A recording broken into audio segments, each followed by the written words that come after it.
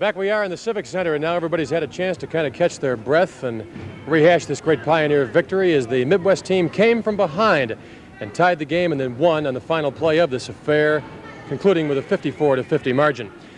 And this handsome gentleman, of course, is Jerry Seltzer of roller derby. And Mr. Seltzer, you've seen your share of exciting roller derby over the years, and I think before this season is said and done, the Midwest Pioneers are going to give their fans in this region a lot of thrills and an awful lot of new thrills that maybe they haven't seen before.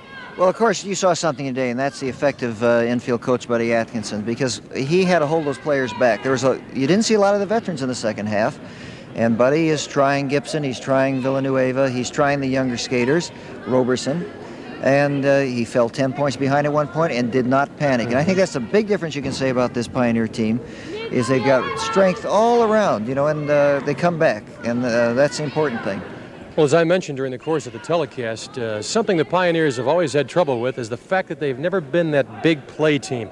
Get them a few points behind, they begin to rattle. They couldn't come back, and this always hurt them, especially against the speed teams like the Chiefs and the Bay Bombers.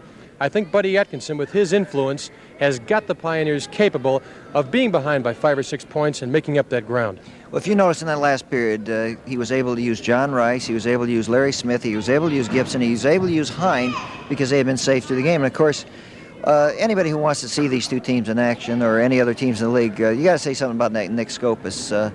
He infuriated the Pioneers, and I'm sure there's just more bit of spite there. Of course, Nick skated for the Pioneers, now he's on the Jolters, and his presence was felt on the track. That Jolter team is a very strong team. Let me ask you this, how much will Scopus help the Jolters? I think by the end of the season, immeasurably. A lot more, really, than he could have helped the Pioneers, because the Pioneers have the fast, speedy kind of skater. The Jolters have had a great deal of size, but they need the small quarterback, and this is what Scopus will do for them before the end of the season. Had some rough moments in this game, but we all know Nick can play. He sure can. Jerry, thank you very much.